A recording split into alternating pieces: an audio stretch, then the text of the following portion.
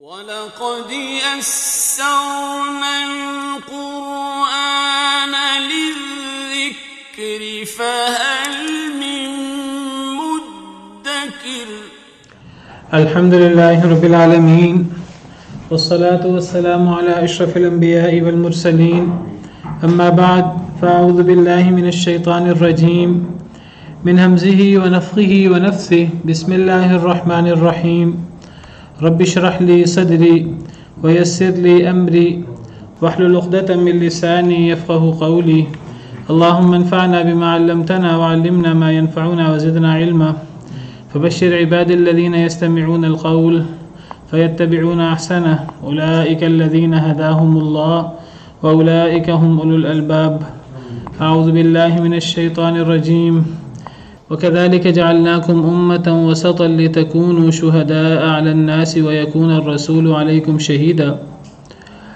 آیت نمبر 143 پچھلے لیکچر میں ہم نے پڑھی اور ہم نے پڑھا کہ یہاں امت وسطا کے 3 معنی ہیں، اور پھر وما جعلنا القبلة التي كنت عليها إلا لنعلم من يتبع الرسول ممن ينقلب على عقبيه.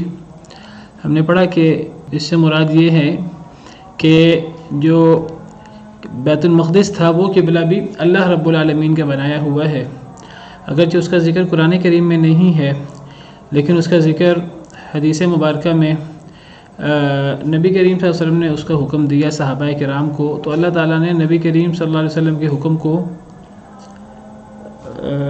اپنا حکم قرار دیا اور اپنا فعل قرار دیا.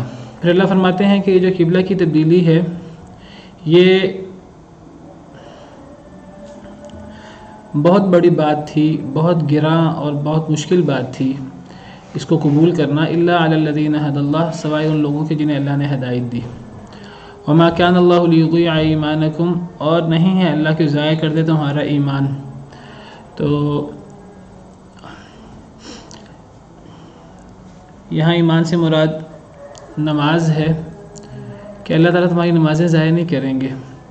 اصل میں یہ آیت جب صحابہ کرام نے پوچھا نبی کریم صلی اللہ علیہ وسلم سے کہ ہماری پرانی نمازیں جو ہم نے بیت المقدس کی طرف منہ کر کے پڑھی ہیں ان کا کیا بنے گا، کیا وہ اللہ کے یہاں قابل قبول ہیں، کیا وہ تو ضائع نہیں ہو جائیں گی، یا ہمارے وہ ساتھی جو قبلہ چینج ہونے سے پہلے فوت ہو گئے ہیں، بیت المقدس کی طرف منہ کر کے نماز پڑھتے پڑھتے بیت اللہ کی طرف نماز پڑھنے کا انہیں موقع نہیں ملا، تو ان کی نمازوں کا کیا بنے گا. تو اللہ نے فرمایا کہ اللہ تمہارے ایمان کو ضائع نہیں کرے گا، کیونکہ ان اللہ بالناس لرؤوف الرحیم، بے شک اللہ تعالیٰ لوگوں کے ساتھ بہت شفقت کرنے والے، بہت رحم کرنے والے ہیں. تو یہاں اللہ رب العالمین نے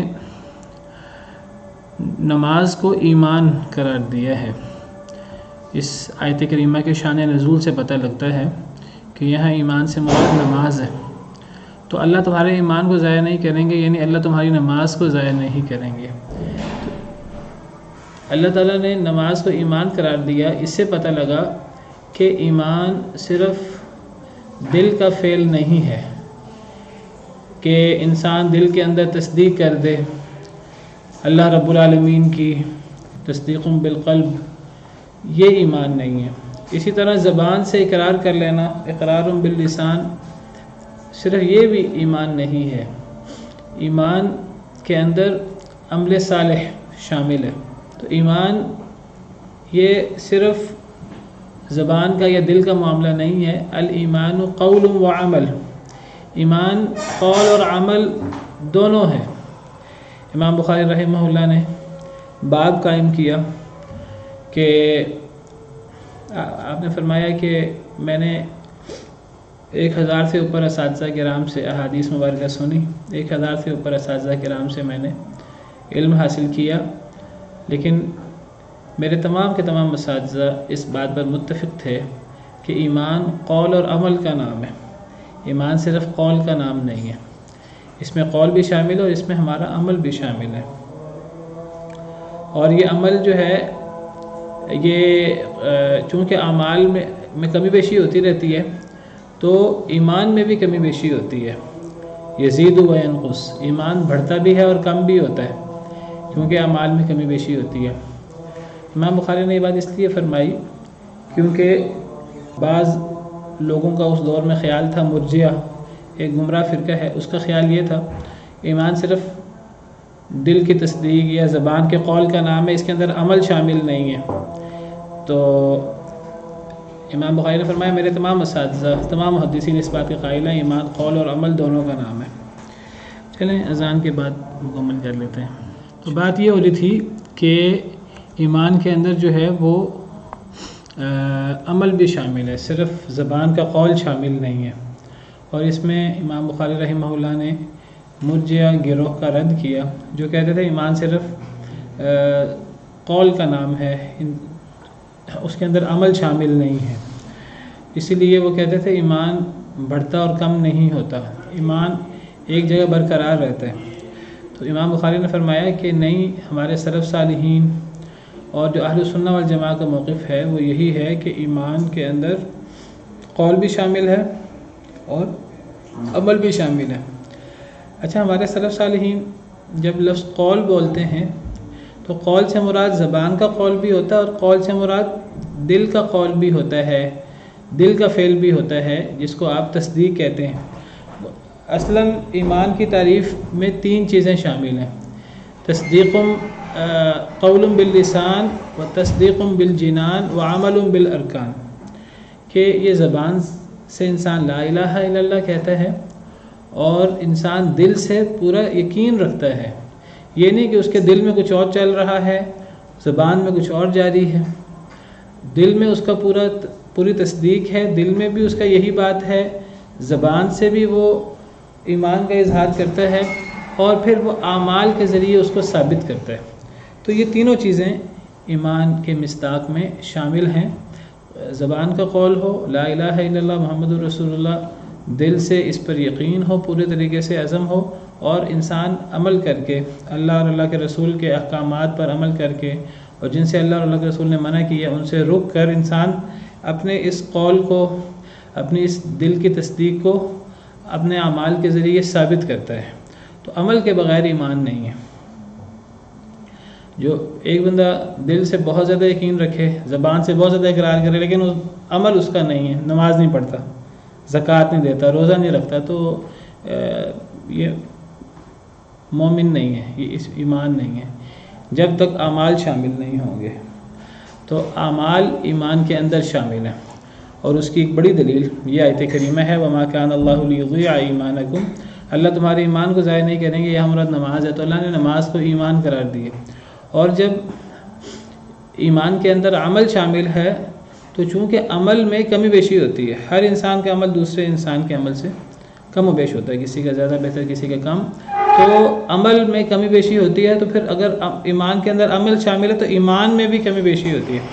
تو اہل سنہ والجماعہ کا جو موقف ہے ہمارے سلف صالحین کا، سب کا، وہ یہی ہے کہ ایمان زائد بھی ہوتا ہے اور کم بھی ہوتا ہے، بڑھتا بھی ہے اور کم بھی ہوتا ہے، جبکہ مرجئہ گروہ جو ایک گمراہ فرقہ ہے جو خوارج کے رد عمل میں وجود میں آیا تھا، خوارج کہتے تھے کہ اگر ایک انسان گناہ کرے تو انسان چاہے شرک نہ بھی کرے، اگر ایک انسان گناہ کرے، اگر توبہ نہ کرے تو وہ گناہ کر کے اسلام سے نکل جاتا ہے اور وہ کافر ہو جاتا ہے، اور پھر وہ جو ہے وہ خالد مخلد فی النار ہوگا۔ اگر ایک بندہ کوئی گناہ کرے، قتل کرے، زنا کرے، چوری کرے، پھر توبہ نہ کرے اس کی، تو اس کا یہ عمل اسے ایمان سے خارج کر دیتا ہے، اسے کافر بنا دیتا ہے، اور جب وہ کافر بن جاتا ہے تو پھر وہ قیامت کے دن ہمیشہ جہنم میں رہے گا۔ اس بنا پر خوارج نے بہت سارے صحابہ کرام رضوان اللہ علیہم اجمعین پر کفر کا فتویٰ لگایا، اور صرف وہ کفر کا فتویٰ نہیں لگاتے تھے، پھر وہ کفر کا فتویٰ لگا کر مرتد قرار دے کر پھر اپنے ہاتھ میں قانون لے کر ان کو قتل بھی کرتے تھے۔ حضرت عثمان رضی اللہ عنہ کو انہی خوارج نے شہید کیا، حضرت علی رضی اللہ عنہ کو انہی خوارج نے شہید کیا، حضرت امیر معاویہ کو بھی انہوں نے شہید کرنے کی سازش کی، لیکن اپنی اس سازش میں کامیاب نہیں ہو سکے۔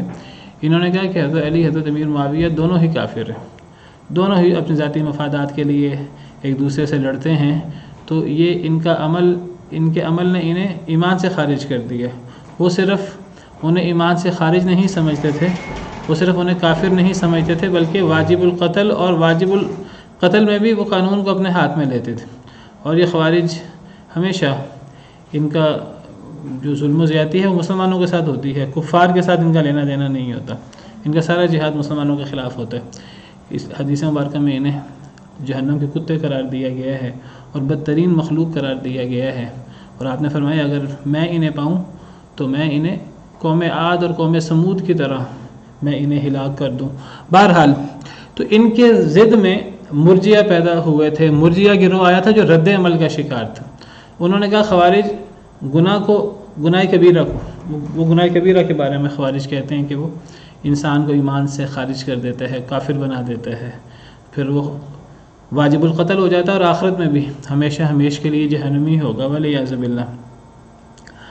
تو ان کا رد عمل میں مرجیہ پیدا ہوئے، وہ خوارج کے رد عمل میں انہوں نے کہا کہ عمل سے انسان کے ایمان میں کمی بیشی نہیں ہوتی، انسان کا ایمان ایک جیسا رہتا ہے، تو عمل سے کچھ نہیں ہوتا۔ تو یہ بھی ایک رد عمل تھا، اور یہ افراط اور تفریط، خوارج نے افراط کا مظاہرہ کیا تو انہوں نے تفریط کا مظاہرہ کیا۔ تو اہل سنہ والجماعہ کا موقف ان کے درمیان ہے، ان کا موقف یہ ہے کہ مرتکب الکبیرہ وہ اللہ رب العالمین کو ناراض کرتا ہے، اور لیکن ناراض کرنے کا مطلب یہ نہیں کہ وہ اس کا ایمان ختم ہو جاتا ہے، اور نہ ہی اس کا مطلب یہ ہے کہ اس کے ایمان کو کوئی فرق نہیں پڑتا۔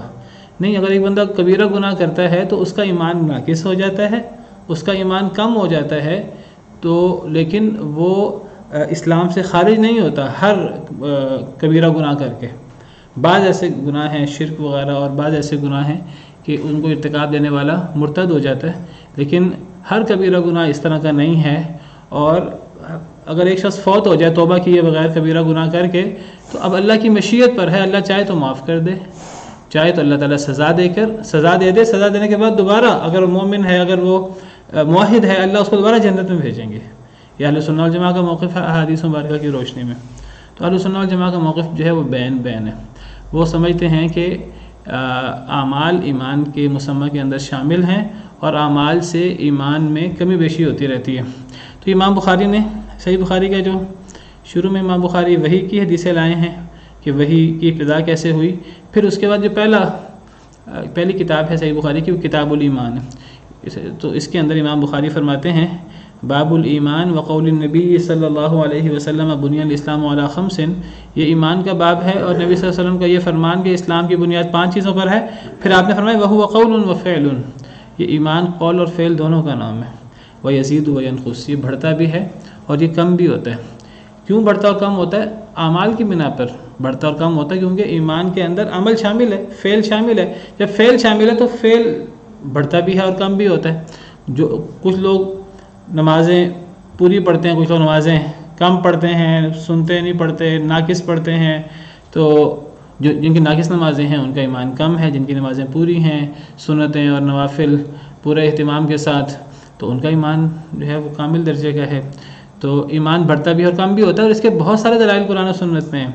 قرآن کریم میں اللہ تعالیٰ فرماتے ہیں کہ انما المؤمنون الذين اذا ذکر اللہ وجلت قلوبهم واذا تلیت علیہم آیاتہ زادتهم ایمانا، مومن لوگ وہ ہیں جب ان پر اللہ کی آیتیں تلاوت کی جاتی ہیں تو ان کا ایمان بڑھ جاتا ہے۔ تو آیتوں کی تلاوت جب ان پر ہوتی ہے اور وہ قرآن کریم کی آیتوں کی تلاوت سنتے ہیں، تو قرآن کی تلاوت کرنا یا سننا یہ عمل ہے، تو اس عمل سے ان کا ایمان بڑھتا ہے۔ قرآن کہتا ہے زادتہم ایمانا، یہ آیتوں کی تلاوت ان کا ایمان بڑھا دیتی ہے۔ اسی طرح اللہ تعالیٰ سورہ مریم میں فرماتے ہیں والذین اہتدوا، سورہ محمد میں والذین اہتدوا زادہم ہدی وآتاہم تقواہم، جو لوگ ہدایت یافتہ ہوتے ہیں اللہ ان کی ہدایت کو بڑھا دیتے ہیں۔ جو لوگ ہدایت یافتہ ہوتے ہیں، ہدایت پر عمل کرتے ہیں، اللہ ان کی ہدایت بڑھا دیتے ہیں، یعنی ان کا ایمان بڑھ جاتا ہے۔ جو نیکی کرنے کی کوشش کرتے ہیں ان کا ایمان بڑھ جاتا ہے۔ اسی طرح لیزدادوا ایمانا مع ایمانہم، تاکہ ان کا ایمان مزید بڑھ جائے۔ تو قرآن کریم کی بہت ساری آیات ہیں جن سے پتہ لگتا ہے ایمان میں اضافہ ہوتا ہے، اور قرآن کریم جب ایمان میں اضافہ ہوتا ہے تو اس کا لازمی نتیجہ یہ ہے کہ ایمان میں جب اضافہ ہوتا ہے تو پہلے کمی ہوتی ہے تو اضافہ ہوتا ہے، گویا کہ ایمان میں کمی بھی ہوتی ہے۔ تو بلکہ قرآن کریم کی بعض آیات سے صراحت سے ثابت ہے کہ ایمان میں کمی بھی ہوتی ہے. جیسے کہ منافقین کے بارے میں اللہ تعالیٰ نے فرمایا سورہ توبہ میں کہ وَإِذَا أُنزِلَتْ سُورَةٌ فَمِنْهُمْ مَنْ يَقُولُ أَيُّكُمْ زَادَتْهُ هَذِهِ إِيمَانًا. جب کوئی صورت نازل ہوتی ہے تو منافقین جو ہیں وہ سوال کرتے ہیں ایُّکُمْ زَادَتْهُ هَذِهِ إِیمَانًا، اس صورت نے کس کا ایمان بڑھایا ہے. وہ مذاق کرتے ہوئے، اس قرآن کا مذاق اڑاتے ہوئے وہ مسلمانوں سے پوچھتے تھے کہ کیا اس آیت سے تمہارا ایمان بڑھا ہے. تو اللہ اس کا جواب دیتے ہیں فَأَمَّا الَّذِينَ آمَنُوا فَزَادَتْهُمْ إِيمَانًا وَهُمْ يَسْتَبْشِرُونَ. ایمان والوں کا یہ صورت ایمان والوں کو تو ایمان بڑھا دیتی ہے. وَهُمْ يَسْتَبْشِرُونَ، اور وہ خوش ہوتے ہیں. وَأَمَّا الَّذِينَ فِي قُلُوبِهِمْ مَرَضٌ فَزَادَتْهُمْ رِجْسًا إِلَىٰ رِجْسِهِمْ. جہاں تک ان لوگوں کا معاملہ جن کے دلوں میں مرض ہے، مرض نفاق، فَزَادَتْهُمْ رِجْسًا إِلَىٰ رِجْسِهِمْ، تو یہ سورت جو نازل ہوتی ہے یہ ان کا ایمان نہیں بڑھاتی، ان کی نجاست بڑھا دیتی ہے، ان کا رجس بڑھا دیتی ہے. پہلے ہی وہ رجس ہوتے ہیں، منافق رجس ہیں قرآن کریم میں، انہم رجس، وہ نجس ہیں، وہ پلید ہیں.